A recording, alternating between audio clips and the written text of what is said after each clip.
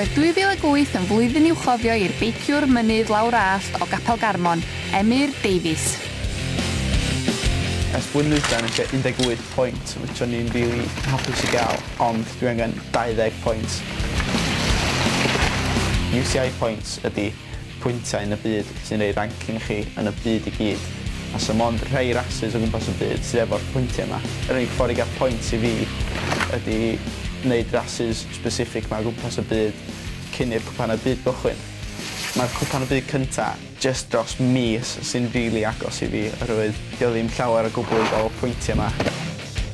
Dwi'n hedfan i Australia mewn 2 ddiwrnod sydd yn mental. Dwi'n wedi gyrraedd yna ar ddy Gwener. Mae practis i Sadwrn a ras dy Sul.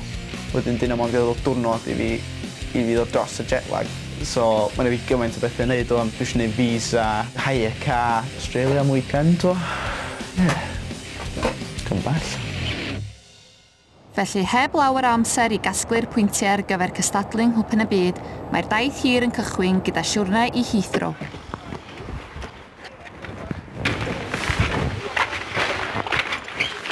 Ond dim cario'r beic ydy'r unig broblem yn y maes awyr. Yn apply am y visa, nes i llafu enw fi'n wrong. Dwi jyst yn gorfod entro details o gyd. Os dwi'n cael yn wrong, mae'n golygu yn dweud, dos adrag, dim chdi di boi mewn falle, so mae'n rili pwysig i fi gael hwn iawn. Chwarae teg i mae'r ddynes yma, mae'n sortio allan i fi.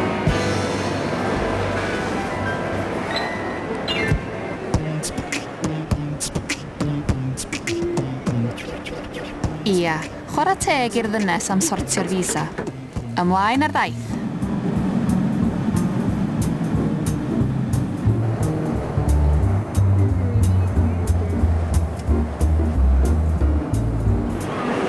Hei, dyn ni'n cyrraedd Bangkok o'r diwedd, mae'n 10 hour flight, a dyn ni'n mewn 45 munud i fynd i Australia. Ond fi'n dweud bod fi wedi bod yn Bangkok rwan.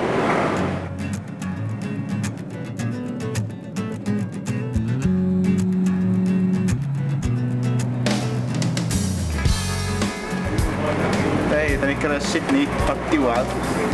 Swn i'n rili licio sôn o'r flight o'n i ys ni yma, ond mae'n i flight arall i Hobart o'n. Sy'n horrible, cos dwi'n allan bol o airport sydd yn hyn. Da ni'n Sydney, si brana ddim cael gadael i fewn yn y lad, cos da ni'n rhy fudur. I leihau perygl a fechydon clwyf traed ar gennau, mae'r rheolau'r wlad yn golygu fod rhaid sicrhau nad oes unrhyw fod yn cael ei gario fewn i Awstralia.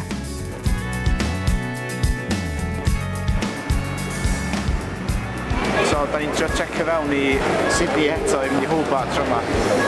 Ond achos o flight ni o Bangkok 1 awr yn hwyr, a nes i gorfod mynd i cau beic fi. So, da ni wedi methu flight i mynd i Hobart.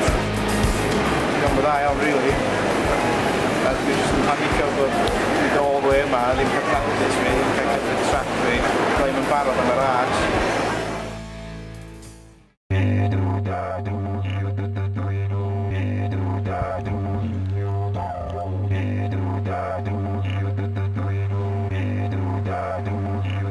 Dwi'n quite annoyed achos dwi'n cael practisio heddiw, ond falle bod nhw'n blessing disguise. Dwi wedi bod eisiau gweld Sydney a bethau, so mae'n rili neis. Gan ei fod wedi methu ei awyren i Hobart, yr unig beth all Ems wneud ydy cicio i sodle rownd Sydney.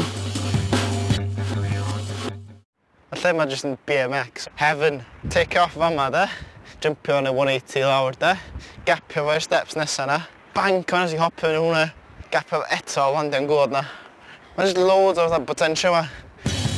Dim ond beicio ar feddwl Ems felly. A fydd o'n gallu cyrraedd Hobart mewn pryd i rasio.